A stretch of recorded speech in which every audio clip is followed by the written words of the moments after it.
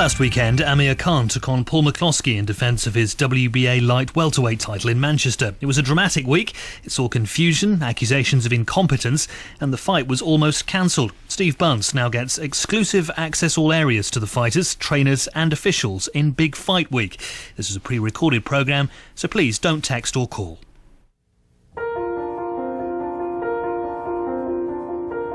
Biggest fight of my career, no doubt. The hard work's done. Mentally and physically, I'm in the best shape of my life. I just can't wait to put on a show on Saturday night and bring that title back home. The move from Khan and his team is commercial suicide.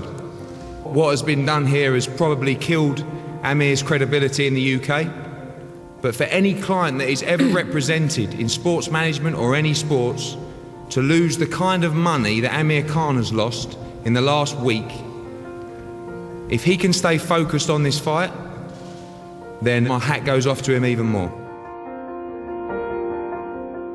I'm focused on my job. My job is to go into the fight and win. There's levels in boxing.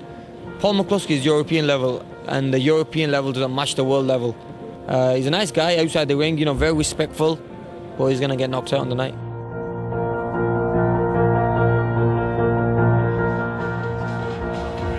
On the undercard of the Amir Khan against Paul McCloskey, WBA Light-Welterweight Championship of the World.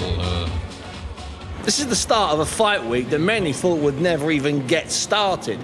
The first day of what should be a fun media circus leading up to Saturday night's world title fight. In one corner, Paul McCloskey, undefeated from Derry. He runs a corner shop. And in the other corner, Amir Khan. Well, to say he's a global superstar is not really stretching it. Today, there's a ring-up. We're going to have some public workouts. 5 or 6 boxers from the undercard, culminated in about 3 or 4 hours' time with Paul McCloskey and then Amir Khan jumping in the ring.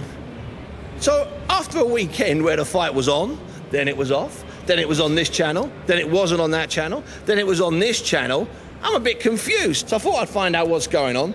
So I grabbed hold of the News of the World, Steve Lillis, and asked him, how did we get to this stage? How we got this, Steve, I don't know. I mean, it's almost like a Carry On Cabby film. I just don't know what character's playing Sid James, who's Charles Autry, and there'll be a few in the running for Peter Butterworth. But we've got here, and there's going to be a fight on Saturday night. There'll be plenty on the streets of Manchester, but there's going to be one in the ring. This was going to be a great homecoming for Amir Khan. He was going to bash Paul McCloskey up. Everyone was going to buy it. The nation was going to go wild. And then there was a British invasion of Las Vegas on July 23. Bish, bosh, and bang, we call that. Against some bloke called Tim Bradley. And now, for a few hours, we had no fight. And press release is saying ignore last night's press release. So how we got there today? How we got it? We've got it via Sky. I think ITV were in talks at one stage, but they Channel 5 was on board, and now we've got to prime time, who are going to screen it on Saturday, and also I believe they're also doing the production for HBO, but I've never known prime time to have so much of a transit van at a fight. So we've got 5 days, or just over 5 days, we count the hours till the fight happens. Will there be a fight? There will be a fight, but what this takes it back to, the most bizarre situation during a fight week ever. We've had a couple, but the one, but the one that this is the nearest to coming to was that mad one in Hong Kong that Billy Schur and Frank Bruno and all those were going to fight off. But the money vanished on the morning on the Saturday. They were going to fight on a Saturday night in Hong Kong or somewhere in the Far East, and it fell apart on the morning. I'll give you another one. Madison Square Garden, New York City, Evander Holyfield and Henry Akinwande. The day before, Akinwande fails a hepatitis B test. But the real problem was that Christy Martin was on the undercard, and her opponent, obviously women's boxing, she failed the medical because she was, wait for it, pregnant! That's right. We've had some pretty bizarre ones, but as far as ones in this country go, it's pretty bizarre. Here's the thing, around this ring today in this shopping centre, there was a lot of people with long faces, and yet every time I looked over at you, you were laughing. So you love this, don't you? You love this chaos. Tell the truth, you love this chaos. We love this chaos. It gives us stuff to write about. It keeps us in a job, Steve. You know that. It keeps us in jobs we're lucky to have, mate. Ladies and gentlemen, we now welcome into the ring the challenger for the WBA Light-Welterweight Championship of the World, Paul McCloskey. Well, McCloskey's up in the ring, but away from the ring as Paul works out at the triangle. There's a table, I don't know, 50 feet away through. It's in an old shop, a disused shop behind the security. Shazif Vali, that's Amir Khan's business manager. And Francie McNichol, that's McCloskey's manager. going over details, what looks like contracts. There's another guy there, perhaps he's a lawyer. That's happening as we speak, 10 to 2 on the Tuesday. Francie, it seems like a long time ago that we had that magnificent press conference up here in Manchester with Ricky Hatton and everyone was excited. Then we flew to Belfast for another conference. It's been a long journey since then and a hard road since then. It's been a very tough road since then, yes. A lot of things has happened, as you're well aware of. It's been on, it's been off. It's been on Sky pay-per-view, it's been off. Now it's on prime time, so, you know, let's hope it gets into the ring. How close, at the worst moment, Francie, were you to thinking, calling Doody up and saying, Paul, it's not going to happen? How close did that come? Pretty close, Steve. Pretty close. I mean, right up until a few days ago, we still weren't sure how this was going to happen, like, you know. So even at this stage, at this very late stage, there's still those wee nigglings. Could these come back again? Could this happen, you know? So we're still concerned even at this late stage. But I don't think it's going to go off the rails at this time, hopefully. So even here at the public workouts, there was, until almost the last minute, still problems, still things to be ironed out. Yeah, I mean, it's been bizarre, really. It's really been bizarre what has happened. But again, Steve, it's nothing to do with us. I mean, we were offered the fight, we accepted the fight, we agreed to the terms 2 or 3 times. All the shenanigans outside of that's got nothing whatever to do with us. And what about Paul? Has it affected him, or have you tried to keep it from him? No, we've kept Paul very much away from that. You know, obviously he's aware of some of these things going on, but we've shielded him as best we can. He's not in the least concerned about it. I mean, his focus is on the ring Saturday night, and he's in the zone at the moment, and everything's going well from that respect.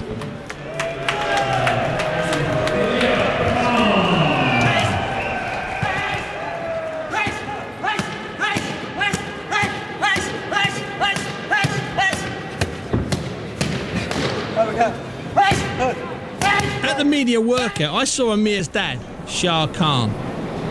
Shah, we do actually have a fight, which is a great relief. Amir looked calm today at the workout. I mean, he's relaxed, you know what I mean? I mean, he doesn't get involved with what's happened in the background. You keep him out? Oh, absolutely, you know what I mean?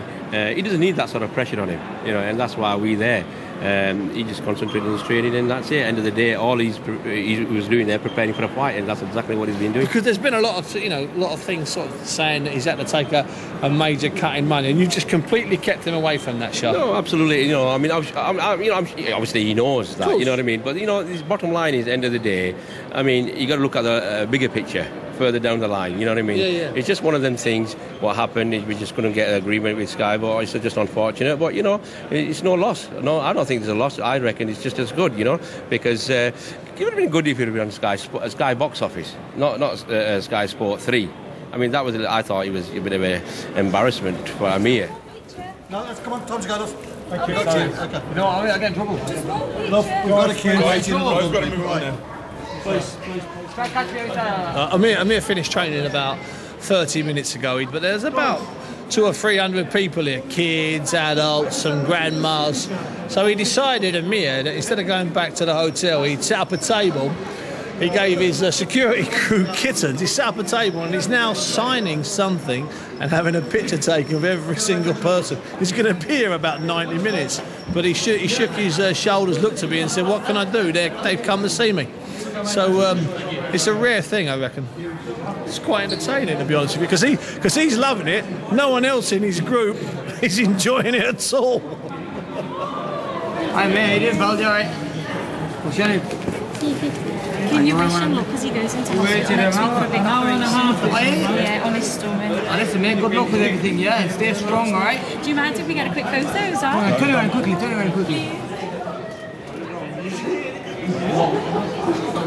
Is that mate? Oh, thank you so much. As if I've never seen this before, as I've got to tell you, mate, you've got a guy who's the main event, who's the world champion, and he's staying on. It's going to be here an hour signing. It's just fantastic PR. But you're running around a little bit. You look a bit concerned. No, I'm just making sure that everybody gets what they want. They want pictures, they want signatures, and that's what he's here for a fight. He's a world champion. He's got to please the fans, and that's what he's got to do. I mean, he's posing with babies. He's signing everything. You're smiling now, at least. that's what champions do, and that's what makes them champions, to be honest with you, in certain ways. Yeah, that's right, and they've got duties, and people don't understand the duties that they have. Obviously, they've been waiting 3.5 hours just to watch the media workout, and if that's what they want, a picture or a signature, why shouldn't he? He's a world champion, and he wants to give it back.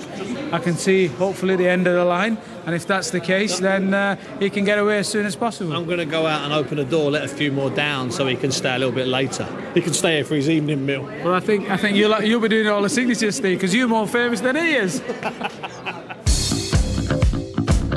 The chants go up as bravely forward comes Khan and lands with a really good solid right hand. Hats off to this young fella. He got inside and he landed absolutely flush on Kindeland's head. Now a left hand into the head, trying to go toe-to-toe with this outstanding Cuban boxer. In 2004, Amir was a wide-eyed kid of just 17 at the Athens Olympics. It's going to be gold for Cuba, but silver for Amir Khan, and he will walk away from Athens with his head held high and surely with a glittering future ahead. After 18 unbeaten fights, Amir met unknown but unbeaten Colombian Bredis Prescott.